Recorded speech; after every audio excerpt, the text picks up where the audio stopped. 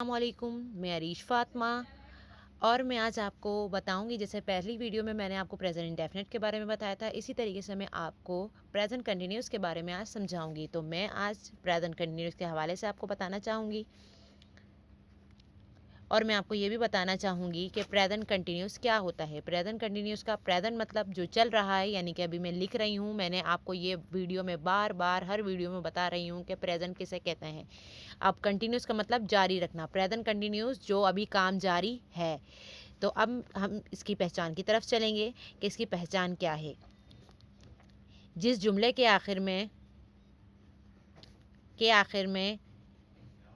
रहा है, रही है, रहे हैं वगैरह आता है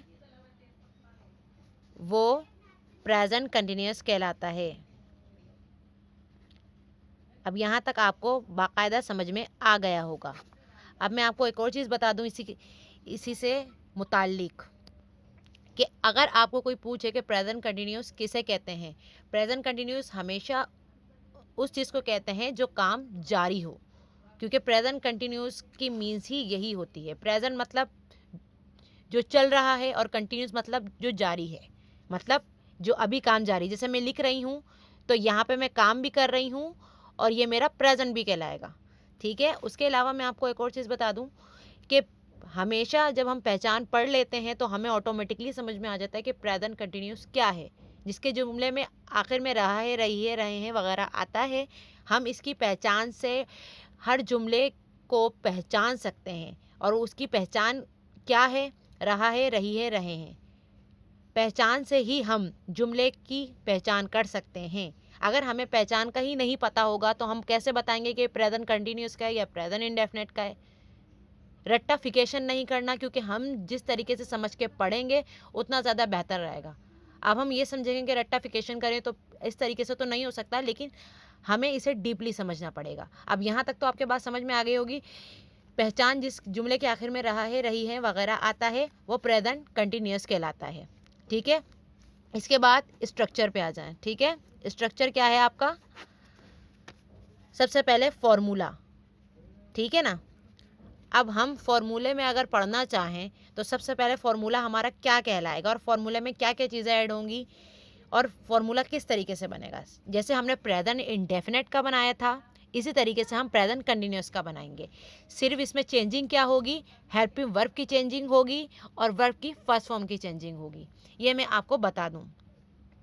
अब वो कैसे, मैं आपको बताती हूँ।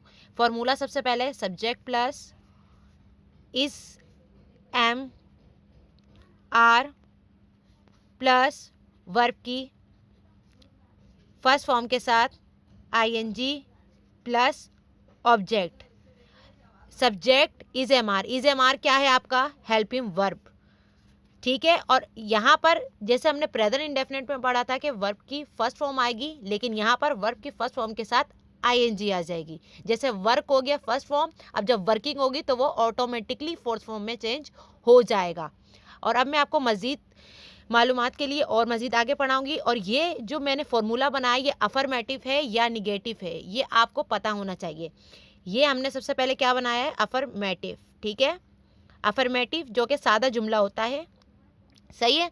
अब आ जाइए इसके जुमले पर। अब मैं बोलूं कि मैं खाना खा रही हूँ। ठीक है। मैं खाना खा रही हूँ, यानी कि इसमें आ रहा है रही हूँ, मतलब मुझे पहचान हो गई कि ये प्रेजेंट कंटिन्यूअस है। ठीक है। तो अब मैं इसकी इंग्लिश कैसे बनाऊंगी? आई के साथ हम क्या रखेंगे? Am. I am eating food. ठीक है। अब मैं आपको बताऊं, अब ये फॉर्मूले से रिलेट कैसे हुआ ये भी मैं आपको बताती हूँ। सबसे पहले जो सब्जेक्ट है, सब्जेक्ट हो गया हमारा आई। ठीक है। और जो इज एम आर था वो हमारा हेल्पिंग वर्ब हो गया। सब्जेक्ट के बाद इज एम आर था, हमने आई के साथ एम लगा दिया। हमारा वर्ब क्या था? वर्ब की फर्स्ट फॉर्म थी। वर्ब की फर्स्ट फॉर्म आईएनजी के साथ हमने यहाँ पे ईटिंग लगा दी। ऑब्जेक्ट क्या था हमारा? फूड। ये हो गया फॉर्मूले से रिलेटेड। अगर आप इसको फॉर्मूले के साथ बनाएंगे और ध्यान में रख के बनाएंगे तो ऑटोमेटिकली आपके जो फॉर्मूला है वो भी सही रहेगा और आपका सेंटेंस भी सही रहेगा। अगर आपको फॉर्मूला नहीं याद होगा तो आपका जो सेंटेंस है वो ऑटोमेटिकली रॉन्ग हो जाएगा। अब ये तो अफर्मेटिव पे आ गए, सही है ना। अब हम चलते हैं नेगेटिव की तरफ, सही है। अब मैं आपको नेगेटिव के बारे में समझाऊंगी, ठीक है। ये आ गया हमारा नेगेटिव, ठीक है। अब नेगेटिव का सबसे पहले फॉर्मूला, जैसे हमने अफर्मेटिव पढ़ा था, सही है, हमने उसका फॉर्मूला लिखा। अब हम नेगेटिव की हेडिंग डालेंगे, उसके बाद हम नेगेटिव का फॉर्मूला लिखेंगे। तो हम यहाँ पे फॉर्मूला लिखेंगे सबसे पहले, ताकि हमें पता चल सके कि ये नेगेटिव का फॉर्मूला है। अब एक तो सादा जुमला बन गया, अब एक इनकार्य जुमला आ गया। नेगेटिव किसे कहते हैं? इनकार्य जुमले को, जिसमें इनकार हो रहा हो। तो ये क्या है? आपका नेगेटिव सेंटेंस, ठीक है। अब फॉर्मूला क्या होगा इसका?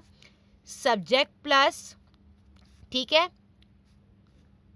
Is, am, are plus not plus verb की first form ING plus object, ठीक है। अब इसका मैं एक सेंटेंस बनाऊंगी। वो क्या बनाऊंगी? जिस तरीके से मैंने पीछे आपको बताया कि मैं खाना खा रही हूँ, यहाँ पर मैं खाना खा रही हूँ। अब मैं यहाँ पर क्या जुमला बनाऊंगी? मैं खाना नहीं खा रही हूँ, ठीक है। तो अब इसकी मैं इंग्लिश जो बनाऊंगी, उसी के साथ मैं आपको बिल्कुल एक्यूरेट करके फॉर्मूला आपको बता दूंगी कि ये नेगेटिव का फॉर्मूला है और इसी से सेंटेंस बनाएं। क्योंकि जब फॉर्मूला नहीं होगा तो सेंटेंस आप कैसे बनाओगे मैच करके? सबसे पहले आपको फॉर्मूला और पहचान ही देखनी पड़ती है, तब जाके आप अपने आप का जो काम है वो कंटिन्यू करते हैं, ठीक है। मैं खाना खा रही हूँ, मैं खाना नहीं खा रही हूँ, ये नेगेटिव जुमला है। तो I am not eating food, ठीक है। I am not eating food, मैं खाना नहीं खा रही, यहाँ पर इनकार हो रहा है। अब ये कैसे रिलेट हुआ? सब्जेक्ट हमारा आई आ गया और हेल्पिंग वर्ब जो हमारा था वो इज एम आर आ गया, फिर आ गया हमारे पास नॉट, फिर वर्ब की फर्स्ट फॉर्म के साथ आईएनजी ईटिंग आ गया और ऑब्जेक्ट क्या था हमारा? फूड, ठीक है। तो ये तो हमारा हो गया नेगेटिव।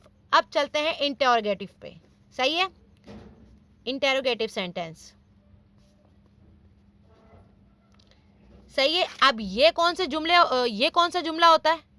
ये होता है सवालिया, जिसमें सवाल किया जा रहा हो।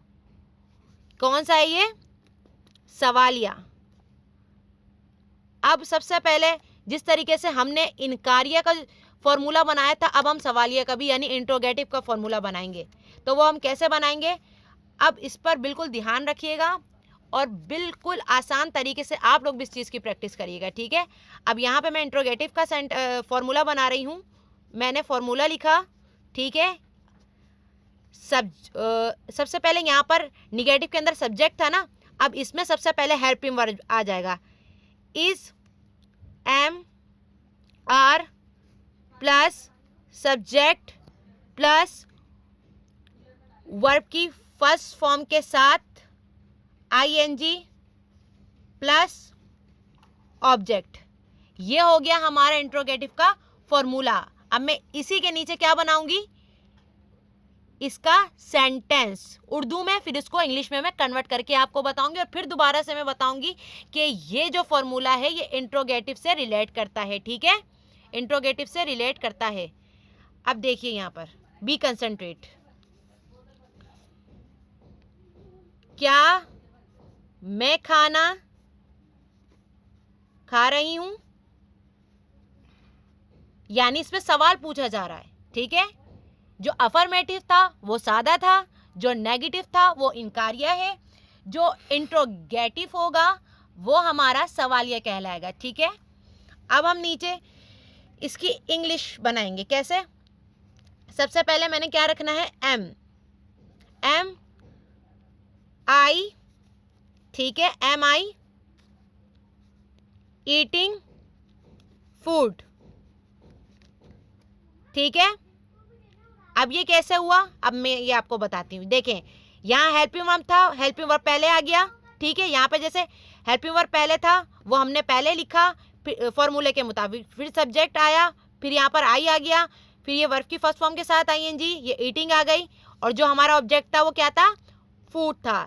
यानी कि ये पूरा फॉर्मूले से रिलेट कर रहा है, ठीक है। और आप बआसानी भी और मज़ीद अपनी तरफ से भी प्रैक्टिस करते रहें ताकि आपके मोस्टली सेंटेंसेस जो है वो बिल्कुल अच्छी तरीके से आप उनकी तैयारी करें, उन्हें समझें और अपने पेपर की प्रिपरेशन कर सकें। क्योंकि ग्रामर में जो मोस्ट इम्पॉर्टेंट है सबसे ज़्यादा वो है आपके सेंटेंसेस। आपको ये पता होना चाहिए कि ये जो बुकें वगैरह आजकल आपने देखा होगा कि हम बुक में रीडिंग वगैरह करते हैं तो उसमें वाज भी आ रहा होता है, इज़ेम आर भी आ रहा होता है और इसमें विल भी आ रहा होता है, तो ये सब सेंटेंसेस से मिलाकर उन्होंने बनाई है।